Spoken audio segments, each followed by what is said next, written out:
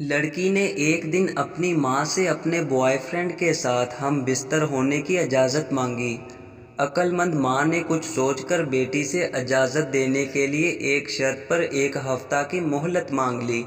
شرط یہ ہے کہ وہ بادشاہ کے محل کے سامنے رکے، اور جب بادشاہ اپنے قافلہ سمیت محل سے نکلے تو ایک بے ہوش انسان کی طرح خود کو اس کے سامنے گرا دے، اور جو گزرے وہ ماں کو سنائے۔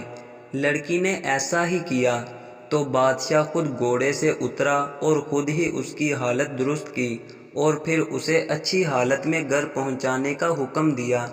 ماں نے دوسرے دن بھی ایسا کرنے کو کہا، چنانچہ لڑکی نے ایسا ہی کیا۔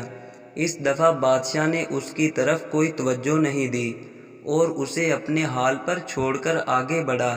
وزیر نے بھاگ کر اس لڑکی کو سنبھالا، اس کی حالت درست کی اور آگے بڑھ گیا۔ تیسرے دن لڑکی نے خود کو وزیر کے سامنے گرایا، لیکن اس دفعہ وزیر نے بھی کوئی توجہ نہیں دی۔ دستے کے کمانڈر نے آگے بڑھ کر اسے جا کر سنبھالا دیا۔ چوتھے دن ایسا کرنے پر کسی ایک سپاہی نے سنبھالا، کیونکہ کمانڈر نے آج اس کی طرف کوئی توجہ نہیں دی۔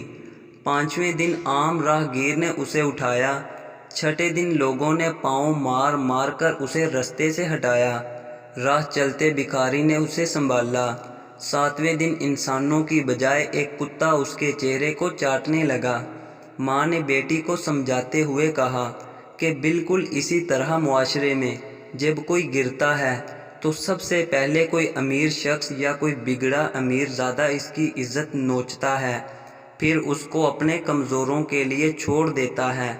اسی طرح ہوتے ہوتے ایک دن وہ گلی کے کتوں لفنگوں کے لیے ایک سستا مال بن جاتا ہے۔